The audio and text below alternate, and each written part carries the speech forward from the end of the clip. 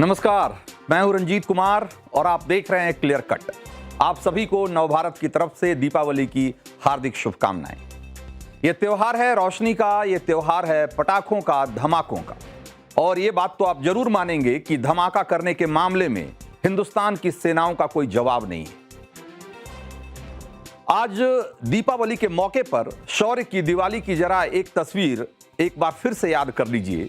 हिंदुस्तान के वीर जवानों ने इसी साल 7 मई से 10 मई तक लगातार 4 दिन तक शौर्य की दिवाली मनाई थी।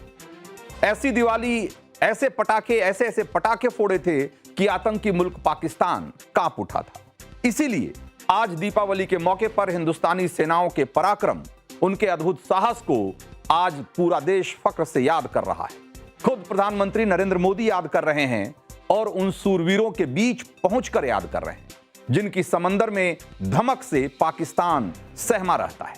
रोशनी और आतिशबाजी के त्योहार दीपावली पर हिंदुस्तान के जाबाजों के बीच मौजूद रहने की जो परंपरा प्रधानमंत्री नरेंद्र मोदी ने स्वयं गढ़ी थी, उसका इस बार भी उन्होंने पूरी निष्ठा के साथ पालन किया है। इस बार प्रधानमंत्री नरेंद्र मोदी पहुंचे भारत की समुद्री शक्ति के प्रतीक विमान वाहक युद्धपोत INS विक्रांत पर, जहां पर कि उन्होंने हिंदुस्तान की शौर्य शक्ति का गौरव के साथ यशगान किया।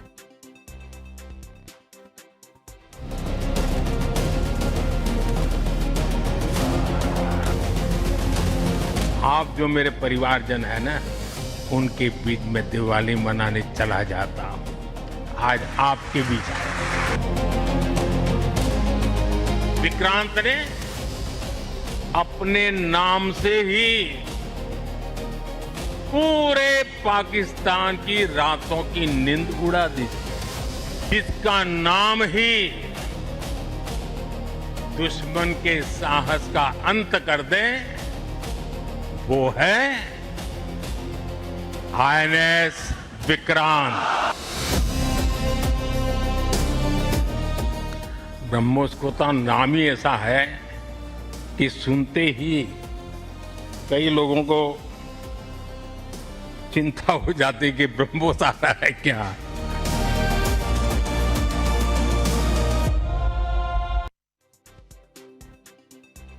तो गोवा के तट से थोड़ी दूर INS विक्रांत के विशाल डेक पर प्रधानमंत्री नरेंद्र मोदी के सामने भी आज आतिशबाजी हुई। लेकिन ये साधारण पटाखे नहीं थे, ये थे लेजर गाइडेड सिमुलेशन जो ब्रह्मोस की उड़ान की नकल कर रहे थे। इन हथियारों ने आकाश में दीपों की ऐसी माला बना दी, ऐसा लगा कि आकाश में एक साथ कई दीप लयबद्ध होकर जल उठे। ये साधारण दीपक नहीं है, ये शौर्य के प्रतीक हैं जो न केवल अंधकार को चीर रहे हैं बल्कि दुश्मन की भी नींद उड़ा रहे हैं। भारतीय नौसेना द्वारा पैदा किए जो भय पैदा किया गया है, भारतीय वायुसेना द्वारा दिखाए गए अद्भुत कौशल ने, भारतीय सेना की जांबाजी ने, तीनों सेनाओं के जबरदस्त समन्वय ने ऑपरेशन सिंदूर में पाकिस्तान को इतनी जल्दी घुटने टेकने पर मजबूर कर दिया था। तो पीएम मोदी के गढ़े नाम ऑपरेशन सिंदूर में कई अर्थ गुथे हैं। सिंदूर की लाली जो विवाह की पवित्रता का प्रतीक है, लेकिन यहां वो रक्त की लाली थी। 7 मई को शुरू हुए इस अभियान में इंडियन एयरफोर्स ने ब्रह्मोस जैसी सुपरसोनिक मिसाइलों की बौछार कर दी थी। पाकिस्तान के आतंकी ठिकानों पर सटीक हमले ऐसे थे कि दुश्मन की लंका जल उठी।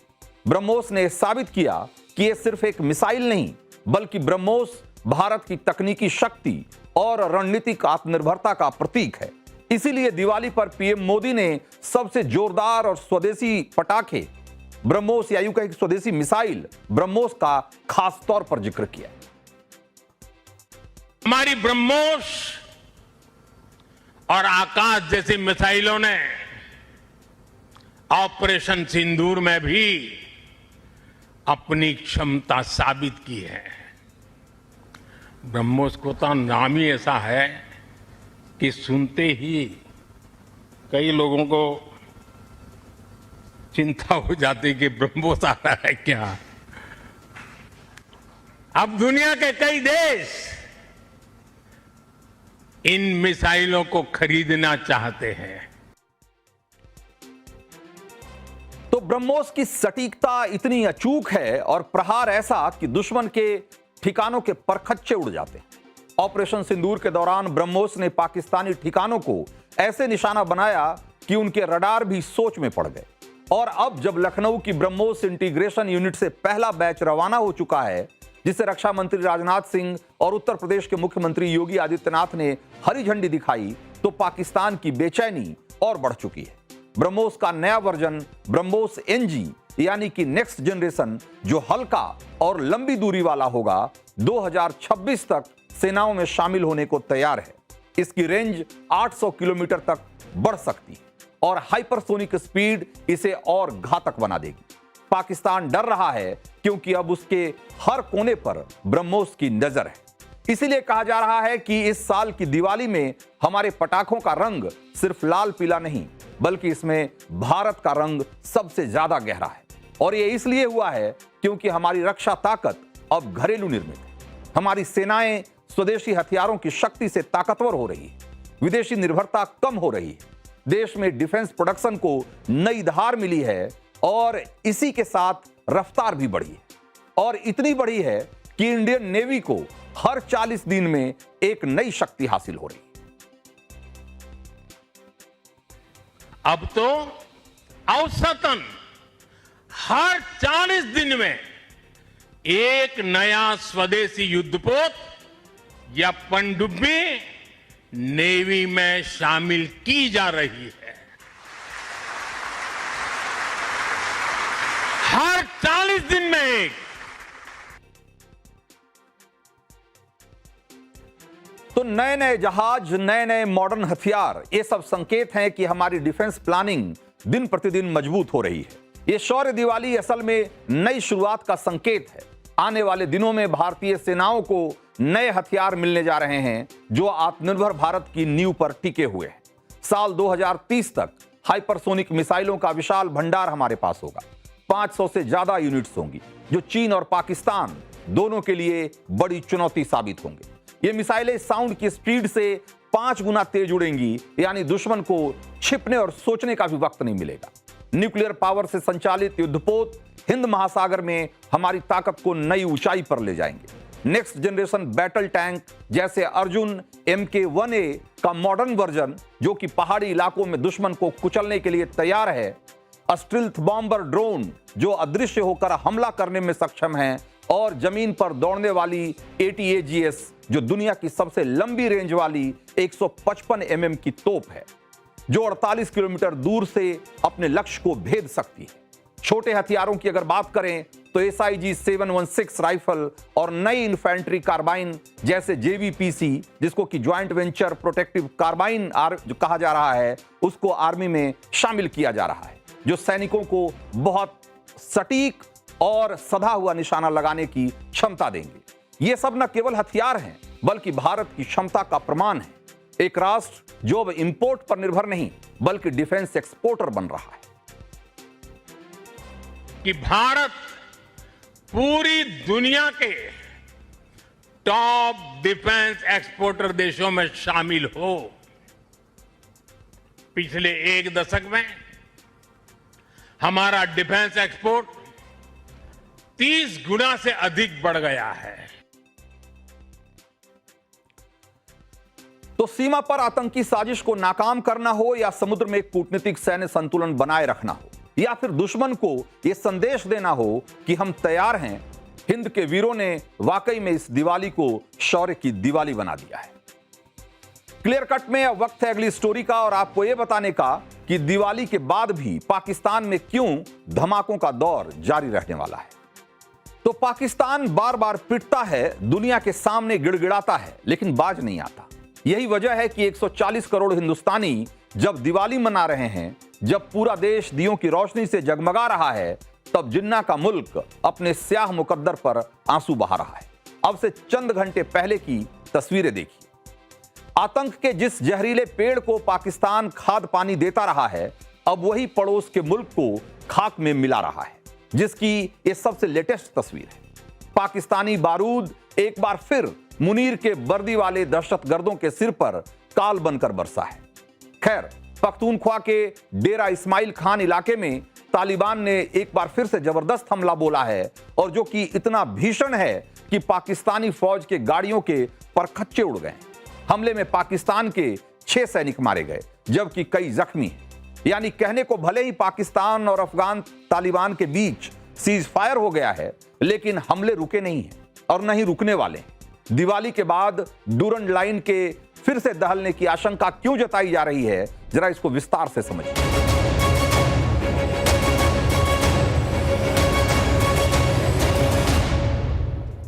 तो हफ्ते भर में अफगान तालिबान ने आतंकी मुल्क पाकिस्तान को उसकी औकात बताने में कोई कसर बाकी नहीं रखी है। दुनिया ने देखा कि बॉर्डर पर पाकिस्तान की गैरत खाक में मिलती रही और डींगे हाँक कर तालियां पीटने वाले जिन्ना के मुल्क के कायर जनरल बारूद बरसने के खौफ से बिलों में डूब के रहे। तालिबान ने हमले में डूरंड लाइन को ही तहस नहस नहीं किया, बल्कि इस्लामाबाद पर कब्जे की तैयारी कर ली थी। अफगान तालिबान ने अटक कूच का ऐलान कर दिया था, जिसके बाद जिन्ना के सियासी वारिशों का हलक सूख गया। लिहाजा शरीफ खानदान के सियासी गुलामों से लेकर रावलपिंडी के फर्जी जनरलों ने अपने माई बाप कतर और तुर्की से गुहार लगाई। पाकिस्तानी कतर और तुर्की के सामने गिड़गिड़ाए कि ऊपर वाले के वास्ते अफगानियों के कहर से हमें बचा लो। पाकिस्तान का वजूद मिटते देखकर कतर के शेखों को शायद तरस आ गया। पाकिस्तानियों को कहा कि अगर जिंदा रहना चाहते हो तो तुरंत दोहा पहुंचो। सिर पर मौत नाचती देखकर पाकिस्तानी नंगे पांव कतर भागे। अफगान तालिबानों को भी दोहा बुलाया गया। कतर और तुर्की ने तालिबान से कहा कि भाई इतना बारूद मत बरसाओ, पाकिस्तान पाताल में न समा जाए। और समा क्या जाएगा, समाने ही वाला था एक तरीके से। आतंकी मुल्क को बख्शो, थोड़ा तो रहम खाओ। कतर की बात और शर्तों के साथ अफगान तालिबान ने आखिरकार बात मान ली और फिलहाल तो उन्होंने उसे पाकिस्तान को बख्श दिया है, लेकिन साथ ही यह भी कहा है कि अगर पाकिस्तान ने काबुल की तरफ दोबारा आंख उठाकर देखा या दोबारा हिमाकत करने की कोशिश की तो जिन्ना के वारिसों को इस दफा बाधा बॉर्डर तक खदेड़कर ही दम लेंगे। तो यह स्पष्ट है कि तुर्की और कतर के सामने गिड़गिड़ाकर पाकिस्तान ने भले ही सीज फायर करवा लिया हो, लेकिन तालिबान को पाकिस्तान पर भरोसा नहीं है। वैसे पाकिस्तान भरोसे के काबिल भी नहीं। यही वजह है कि अफगानिस्तान ने आतंकी मुल्क की हद तय कर दी, लेकिन सवाल अभी बाकी है। सवाल ये कि क्या पाकिस्तान अब अफगानिस्तान पर अटैक नहीं करेगा? क्या डूरंड लाइन पर अब सब पहले की तरह सामान्य हो जाएगा? और बड़ा सवाल ये कि जिस आतंकी संगठन टीटीपी यानी कि तहरीके तालिबान पाकिस्तान को लेकर पाकिस्तान और अफगानिस्तान में खूनी टकराव हुआ, उस टीटीपी का क्या होगा? क्या तहरीके तालिबान के आतंकी पाकिस्तान पर हमले बंद कर देंगे? ऐसा मुमकिन नहीं लगता है। पहली बात तो यह है कि अफगानिस्तान डूरंड लाइन को मानता ही नहीं। अफगानिस्तान खैबर पख्तूनख्वा तक अपना दावा करता है। कतर और तुर्की की तिकड़म से हुए सीज फायर को लेकर पाकिस्तानी ठीक से खुश भी नहीं हो पा रहे थे कि कतर ने युद्ध विराम को लेकर जारी बयान में संशोधन करके पाकिस्तान को एक बड़ा झटका दे दिया है। पहले बयान में डूरंड लाइन का जिक्र किया गया था, जिसका अफगानिस्तान ने विरोध जताया, जिसके बाद कतर की ओर से फिर से बयान जारी करना पड़ा, जिसमें डूरंड लाइन के जिक्र को हटा दिया गया। और यही वजह है कि पाकिस्तानी अभी से मानने लगे हैं कि भले ही कहने को सीज फायर हो गया हो, लेकिन अफगानी रुकेंगे नहीं। डूरंड लाइन की जो जंग है वो पाकिस्तान के टुकड़े होने के बाद ही खत्म होगी। तो पाकिस्तान गिनती के 4 सूबों का मुल्क है। खैबर पख्तूनख्वा पर कमोबेश अफगानिस्तान का ही कब्जा है और दूसरी तरफ बलूचिस्तान पहले ही खुद को अलग मुल्क घोषित कर चुका है। और इत्तेफाक देखिए, दोनों ही इलाके जिन्ना के मुल्क से आजाद होना चाहते हैं। खैबर पख्तूनख्वा में अलग पश्तूनिस्तान को लेकर आंदोलन चल रहा है, जिसकी अगुवाई मंजूर पश्तून करते हैं। पश्तून क्यों पाकिस्तान से अलग होना चाहते हैं? तो मंजूर पश्तीन ने जो कहा वो पाकिस्तान की 100% की सच्चाई है। असल में जिन्ना ने जिस नफरत पर पाकिस्तान बनाया, इस्लामाबाद पर बैठने वाले हुक्मरानों ने उसी नफरत को पाकिस्तान का संविधान बना दिया। यही वजह है कि एक तरफ पश्तून पाकिस्तान से अलग होना चाहते हैं और दूसरी ओर बलूचिस्तान में महरंग बलोच और मीर यार बलोच जैसे नेता दुनिया के सामने पाकिस्तान के पाप का पर्दाफाश कर रहे हैं। अफगानियों ने जिस तरह से मुनीर के कायरों को घर में घुसकर मारा है, उससे बलूचों का हौसला और बुलंद हुआ है। बलूचिस्तान के कई इलाकों में लोग सड़क पर उतर चुके हैं। पाकिस्तान के वर्दी वाले दहशतगर्दों से आजादी के नारे बुलंद हो रहे हैं और कलात से लेकर क्वेटा तक पाकिस्तान के खिलाफ जोरदार विरोध हो रहा है, जिसमें महिलाओं, बच्चों और बुजुर्ग सभी बड़ी संख्या में शामिल। असल में बलूचिस्तान वो इलाका है जो 7.5 दशक से पाकिस्तानी जालिमों के जुल्म से कराहता रहा है। बलूचिस्तान होम डिपार्टमेंट की रिपोर्ट बताती है कि 6 महीने के दौरान पाकिस्तानी फौज ने 752 बलूच युवाओं को अगवा कर लिया है, जिनका कोई नामो निशान नहीं है, कोई अता पता नहीं है कि वो कहां हैं। क्वेटा, केच और अवारन समेत बलूचिस्तान का शायद ही कोई ऐसा इलाका होगा जहां पाकिस्तानी कायरों की करतूतों के निशान नहीं होंगे। और यही वजह है कि बलूचिस्तान के लोग पाकिस्तानियों की शक्ल तक नहीं देखना चाहते। तो बलूचिस्तान में ऐसा कोई एक किस्सा नहीं है। बलूचिस्तान में ऐसे कई इलाके हैं जहां पाकिस्तानी फौज कदम रखने से भी डरती है।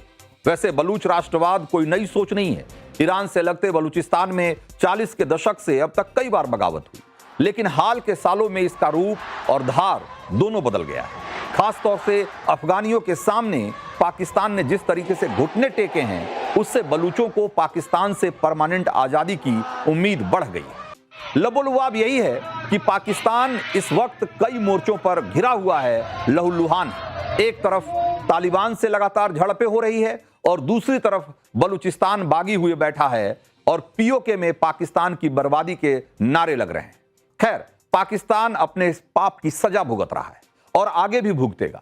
यही वजह है कि जब हिंदुस्तान दिवाली से रोशन है, तब बॉर्डर पार के आतंकी मुल्क को अपना वर्तमान नहीं बल्कि भविष्य भी अंधकार के कुएं में नजर आ रहा है। तो क्लियर कट में अब आपको बताते हैं उन मंदिरों की कहानी जहां लक्ष्मी पूजन से धन वैभव हासिल होने को लेकर कई रोचक परंपराएं आज भी दिख रही। तो आज रोशनी का त्योहार दीपावली है और इसका एक सिरा भगवान राम की लंका विजय से जुड़ता है, उनके अयोध्या लौटने से जुड़ता है, और दूसरा सिरा श्री और समृद्धि की देवी मां लक्ष्मी के अवतरण से जुड़ता है, जो कार्तिक अमावस्या की रात समुद्र मंथन के दौरान सोने की चमक दमक वाली आभा के साथ अवतरित हुई थी। तभी से मां लक्ष्मी का प्रतीक बन गया था सोना। धर्म ग्रंथ कहते हैं कि देवता हो या दानव या मानव, सोना इसलिए उन्हें आकर्षित करता है क्योंकि उसमें लक्ष्मी की ऊर्जा है। पुरानी मान्यता है कि 24 कैरेट गोल्ड से जुड़ा सपना अगर किसी को दिख गया तो समझ लीजिए कि उसके दिन बदलने या उसके भाग्य बदलने का संकेत है, मां लक्ष्मी की कृपा का इशारा है। ऐसा ही एक सपना बुनियाद बन गया मां लक्ष्मी के एक ऐसे मंदिर का जो सही मायने में गोल्डन टेम्पल है, यानी सोने का मंदिर। अमृतसर के गोल्डन टेम्पल में जितना सोना लगा है, उससे 2 गुना सोना इस मंदिर में लगा है। देश के बाकी मंदिरों में सोना उसके शिखर पर और गर्भगृह में लगा है, लेकिन इस मंदिर की बाहरी दीवारों पर भी 1.5 टन सोना लगाया गया है। 1.5 टन यानी कि 1,500 किलो। हैरान करने वाली बात यह है कि मां लक्ष्मी के इस गोल्डन टेम्पल में किसी चमक दमक वाले शहर में मौजूद नहीं है, बल्कि एक अनजान से गांव में इसने आकार लिया है। और देखते ही देखते उस गांव की भी तस्वीर एक तरीके से, या कहिए कि उसकी किस्मत बदल कर रख दी। दीपावली के खास मौके पर क्लियर कट में आज मां लक्ष्मी के ऐसे ही कुछ हैरान कर देने वाले मंदिरों की कहानी आपके सामने रखूंगा, जहां कुछ न कुछ बेहद खास है, रहस्यमय है और आस्था को गहरा करने वाला है। तमिलनाडु के वेल्लोर के पास हरी भरी पहाड़ियों की एक श्रृंखला है और उसी की तलहटी में थिरुमलाई कोडी है, एक गांव जहां आज मां लक्ष्मी की कृपा बरसती है। सारी सुविधाएं मौजूद हैं, लेकिन 90 के दशक तक के गांव तमिलनाडु के शहरों से कटा हुआ था। न बिजली थी, न पानी था, न सड़क थी, न बाकी सुविधाएं। लेकिन 1995 में वेल्लोर के पास के एक गांव में 20 साल के एक नौजवान को दीपावली के दिन एक सपना दिखा। हरी भरी पहाड़ी पर तारे के आकार का रास्ता, जिसके बीचों बीच बना सोने का चमकता दमकता एक मंदिर। उस मंदिर की बनावट श्री चक्र जैसी थी, वही श्री चक्र जिसे मां लक्ष्मी की ऊर्जा का प्रतीक माना जाता है, जो मां लक्ष्मी के प्रसिद्ध यंत्र श्री यंत्र की बुनियाद रखता है। कार्तिक अमावस्या की उस रात दिखा वो सपना उसके बाद उस नौजवान को रोज दिखने लगा और फिर एक दिन हकीकत बन गया। वेल्लोर से 8 किलोमीटर दूर थिरुमलाई गांव में अगले 12 सालों में एक ऐसा स्वर्ण मंदिर बनकर खड़ा हो गया जिसकी कल्पना किसी ने की भी नहीं थी। इसे नाम दिया गया लक्ष्मी नारायणी मंदिर। वो नौजवान जिसका नाम साक्षी था, उसने मंदिर बनवाने का संकल्प लिया और फिर उसे हर तरफ से मदद मिलती चली गई। वो युवक घर परिवार छोड़कर संत बन गया और उसकी नई पहचान नारायणी अम्मा के रूप में हुई। पुरुष होते हुए भी नारी नाम उसी सपने की वजह से रखा गया। वेल्लोर के तिरुपति तिरुमला देवस्थानम के 400 से अधिक सुनारों और तांबे के कारीगरों ने इस पे दिन रात काम किया। मंदिर का विमानन यानी कि गुंबद, अर्धमंडपम यानी कि प्रवेश द्वार, ये सब गोल्ड प्लेटेड है और इसमें 1500 किलोग्राम से अधिक सोना लगा हुआ है और इसे इस तरीके से बनाया गया है कि इसे चुराना लगभग असंभव माना जाता है। तो वेल्लूर के पास पहाड़ी की तलहटी में 100 एकड़ में फैला ये मंदिर मां लक्ष्मी का गोल्डन टेम्पल है, जो कि 2007 में जहां की प्राण प्रतिष्ठा की गई लक्ष्मी की, और तब से ये दुनिया का आकर्षण का एक केंद्र बना हुआ है। इसके गर्भगृह में मां लक्ष्मी की जो मूर्ति स्थापित की गई है वो खाली सोने की है, शुद्ध सोने की है और उसका वजन है 70 किलोग्राम। आप इसी से अंदाजा लगाइए कि वो प्रतिमा कितनी विशाल है।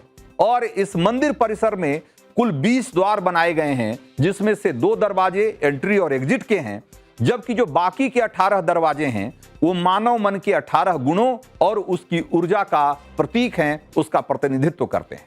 श्री चक्र का निर्माण जिस ज्यामिति को ध्यान में रखकर होता है, सभी दरवाजों को उसी अनुपात में बनाया गया है। इन्हीं 20 दरवाजों को जो आपस में जोड़कर 12 कोनों का एक तारा चक्र जैसी आकृति बनती है, जो आसमान से देखने पे तारे जैसा दिखता है, और उस पूरे रास्ते की जो लंबाई है वो 1800 मीटर है। दीपावली के 3 रातों में इस तारा चक्र का महत्व और बढ़ जाता है, क्योंकि इसके 12 कोनों पर एक खास क्रम से श्री यंत्र की साधना होती है। वेल्लोर के इस लक्ष्मी नारायणी मंदिर का पीएम मोदी ने भी वहां जाकर दर्शन कर चुके हैं, और ये बात 2010 की है जब वो गुजरात के मुख्यमंत्री हुआ करते थे। 2018 में पूर्व राष्ट्रपति रामनाथ कोविंद भी वहां गए थे, और इस दीपावली के मौके पर भी लक्ष्मी नारायणी मंदिर में कई खास तरह के विधि विधान हो रहे हैं और अष्टलक्ष्मी की पूजा हो रही है। तो अष्टलक्ष्मी का मतलब मां लक्ष्मी के 8 रूप। हिंदू धर्म में मान्यता है कि अष्टलक्ष्मी की कृपा से ही सुख संपन्नता मिलती है। ये अष्टलक्ष्मी है आदि लक्ष्मी, जो जन्म के साथ लालन पालन में सुख देती है। धन लक्ष्मी, धन और वैभव देती है। धान्य लक्ष्मी, जो भोजन का सुख देती हैं। गज लक्ष्मी, जो वाहन का सुख देती हैं। संतान लक्ष्मी, जो योग्य संतान देती हैं। वीर लक्ष्मी, वीरता देती हैं। भाग्य लक्ष्मी, सौभाग्य देती हैं। विजय लक्ष्मी, जो कि कठिन परिस्थितियों में जीत दिलाती हैं। और विद्या लक्ष्मी, इस तरह की विद्या देती हैं, आपको हर तरह की विद्या में निपुण बनाती है। तो जिस तरह धातुओं में सोना लक्ष्मी का प्रतीक है, उसी तरह लकड़ियों में हल्दी और चंदन मां लक्ष्मी का प्रतीक है। लेकिन हल्दी चंदन के साथ उनकी कहानी भगवान विष्णु के नृसिंह अवतार से जुड़ती है।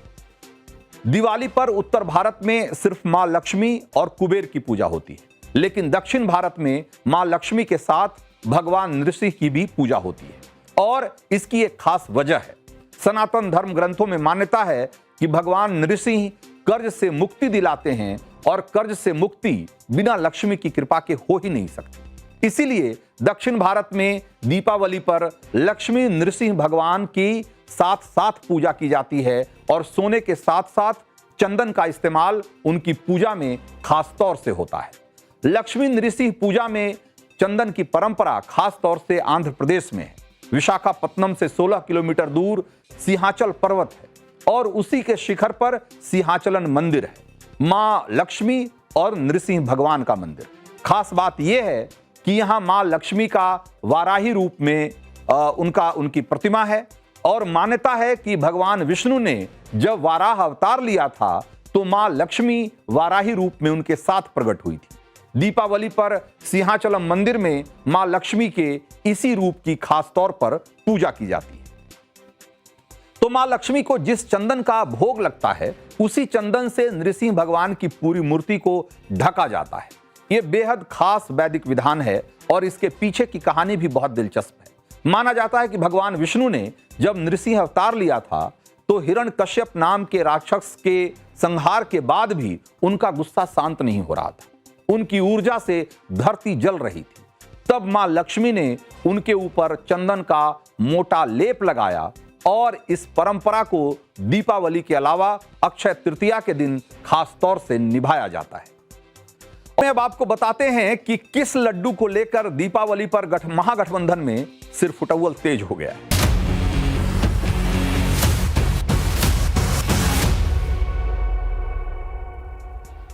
तो दिवाली पर बिहार की सियासत में अलग अलग किस्म के धमाके हो रहे हैं। ऐसा लग रहा है कि दो लड़कों की जोड़ी यानी कि राहुल और तेजस्वी का खेमा एक दूसरे पर ही बम बरसा रहा है। वोट यात्रा में जो जोड़ी साथ साथ दिख रही थी, उनके बीच दिवाली पर दरार पड़ती दिखाई दे रही। एक तरफ दीपावली के मौके पर राहुल गांधी ने लड्डू बनाने की तस्वीरें पोस्ट की, तो दूसरी ओर तेजस्वी यादव ने 143 कैंडिडेट्स उतारकर कांग्रेस को मुश्किल में डाल दिया है। कांग्रेस ने बिहार की 60 सीटों पर अपने उम्मीदवार उतारे हैं और 11 नवंबर को होने वाले दूसरे चरण के मतदान के लिए आज नामांकन का आखिरी दिन था, लेकिन आज ही महागठबंधन में सिर फुटौल खुलकर सामने आ गई। बिहार में 12 ऐसी सीटें हैं जहां महागठबंधन की पार्टियां एक दूसरे से टकरा रही। आरजेडी कांग्रेस 5 सीटों पर आमने सामने है, तो कांग्रेस और सीपीआई 3 सीटों पर एक दूसरे के खिलाफ लड़ रही है। वहीं 2 सीटों पर तो तेजस्वी और मुकेश सहनी एक तरीके से दो हाथ करते हुए दिखाई दे रहे हैं। मतलब आपस में ही खुलेआम जंग लड़ी जा रही है और पीछे हटने को कोई भी तैयार नहीं। अब जरा आपको उन सीटों के बारे में भी बता दें जहां तेजस्वी और राहुल के कैंडिडेट के बीच में टक्कर दिखाई दे रही। तो वैशाली जिले की लालगंज सीट पर बाहुबली मुन्ना शुक्ला की बेटी शिवानी शुक्ला के खिलाफ कांग्रेस ने आदित्य राज को उतार दिया है। वैशाली विधानसभा सीट पर आरजेडी ने अजय कुशवाहा को उम्मीदवार बनाया है, तो कांग्रेस ने संजीव कुमार को। उसी तरीके से भागलपुर की कहलगांव सीट पर कांग्रेस ने प्रवीण कुशवाहा और आरजेडी ने रजनीश यादव को आमने सामने खड़ा कर दिया है। नवादा की वारसलीगंज सीट पर आरजेडी ने बाहुबली अशोक महतो की पत्नी अनीता देवी को टिकट दिया है। वहीं कांग्रेस ने अपने नवादा जिला अध्यक्ष सतीश सिंह उर्फ मंटन को इसी सीट से उम्मीदवार बना दिया है। इस दोहरी उम्मीदवारी से स्थानीय स्तर पर कार्यकर्ताओं में बहुत भ्रम की स्थिति दिख रही है और उन्हें समझ में नहीं आ रहा है कि वो किसके लिए प्रचार करें और किसके लिए वोट मांगें। तो महागठबंधन में तो बवाल मचा हुआ है ही, कांग्रेस के घर में भी घमासान मचा हुआ है। चुनाव से पहले कांग्रेस में टिकट बंटवारे को लेकर भीतरी कलह अब एक तरीके से खुलकर सामने आ गई। कांग्रेस में मचे असंतोष के बीच अब एक वायरल ऑडियो भी एक तरीके से खूब शेयर किया जा रहा है और जिसकी वजह से जो चुनावी राजनीति है उसने एक नया ट्विस्ट ले लिया है। इस ऑडियो में कथित तौर पर पूर्णिया जिले की कसबा विधानसभा सीट से कांग्रेस विधायक अफाक आलम और प्रदेश कांग्रेस अध्यक्ष राजेश राम के बीच जो बातचीत है वो सुनाई दे रही है। टाइम्स नाउ नवभारत ऑडियो की पुष्टि बिल्कुल नहीं करता। इस ऑडियो में लेकिन क्या है एक बार सुनिए, जो कि काफी वायरल हो रहा है आज। अब अध्यक्ष हैं सर, हम लोग तो अध्यक्ष हैं, तो जो सर आपके हम डॉकेट तक अनुमति तक सब कर दिए। तो फिर क्या खेल हो रहा है? ऐसा तो पार्टी में कभी नहीं हुआ था। खेल हाथी घोड़ा सब हो रहा है। हमने कहा था कि भाई एक भी टिकट सबको दे रहे हैं। तो अब आगे खबर कर दिए सर, ऊपर खबर कर दिए सर। आप बड़े बड़े मतलब कि अभी पप्पू यादव लगा हुआ है ना। किसके पीछे लग गया पप्पू यादव? कौन चीज है पप्पू यादव? क्या है? इरफान है तो पप्पू यादव हम लोग पार्टी का कौन चीज है? कौन चीज है तो ये तो ऊपर पूछिएगा ना सर। किसको पूछे भैया? हमने आपका रिकमेंडेशन किया। हाँ और आपकी तबल आपका, इसके बाद अबदूर जी का, इजरारुल जी का, सबका से टिकट जो है बाद में आन के सिंबल रोका है। क्या रोक दिया? अब ये सब पप्पू जी और फलाना और ढेकाना बेनू जी सब बैठ करके क्या क्या कर रहे हैं अब तो है। हम लोग तो परसवे सब साइन उन सब करके दे दिए। ऐसा पार्टी चलेगा सर इस तरह से? जो अगर हम पार्टी बिल्कुल नहीं चलेगा। इसके लिए हम भी बहुत परेशान हैं। तो इस ऑडियो को जेडीयू ने सोशल मीडिया में पोस्ट किया है और बातचीत में राजेश राम ये भी कहते सुने जा रहे हैं कि इस पूरे मामले में निर्दलीय सांसद पप्पू यादव खेल कर रहे हैं और इसे लेकर जब पप्पू यादव से सवाल किया गया तो पप्पू यादव ने कांग्रेस को नसीहत दे दी। सुनिए जरा पप्पू यादव क्या बोल रहे हैं। कुछ भी बोल देना आपको, आप नया लैंग्वेज सेट करते हैं। जुम्मा आपको 4 दिन नहीं हुआ है कि डंडा पकड़े हुए। राजेश राम जी ने तो कुछ नहीं कहा। ये स्थिति में पार्टी अच्छी नहीं करती है। अब वो उनसे पूछिए कैसे चलेगी। ये 12 जगह कैंडिडेट उतार दिया गया डबल, इससे गठबंधन चलती है? हाँ, क्षमता क्यों नहीं है बोलने की? कांग्रेस को निर्णय लेना चाहिए। अभी भी युवा अध्यक्ष के सीट पर किसी बड़े ठेकेदार को दे दिया, ललन जी के सीट पर आरजेडी ने सुबह। तो इस बवाल के बीच कांग्रेस के बिहार अध्यक्ष राजेश राम ने औरंगाबाद के कुटुंबा विधानसभा सीट से नामांकन दाखिल किया। बिहार कांग्रेस अध्यक्ष ढोल नगाड़ों और सैकड़ों समर्थकों के साथ नामांकन करने पहुंचे। नामांकन दाखिल करने के बाद उन्होंने क्या कहा, जरा एक बार उनको भी सुनिए। हमारा मुद्दा विकास का विश्वास और बिहार में जनहित के मुद्दा बेरोजगारी, पलायन और लॉ एंड ऑर्डर, ये सारे मुद्दे पर हम मैदान में उतरेंगे और पूरे बिहार में, कुटुंबा के अलावा पूरे बिहार में हम कैंपेनिंग भी करेंगे। तो इन सब के बीच कांग्रेस के लिए राहत की बात बस इतनी है कि कुटुंबा सीट से आरजेडी ने किसी उम्मीदवार को नहीं उतारा है और महागठबंधन की चुनावी राजनीति जिस तरीके से चल रही है, ऐसा लगता है कि जैसे जैसे वोटिंग की तारीख करीब आ रही है, गठबंधन की आपसी लड़ाई कम होने की बजाय और बढ़ती जा रही है। तो आज क्लियर कट में इतना ही। मुझे दीजिए इजाजत।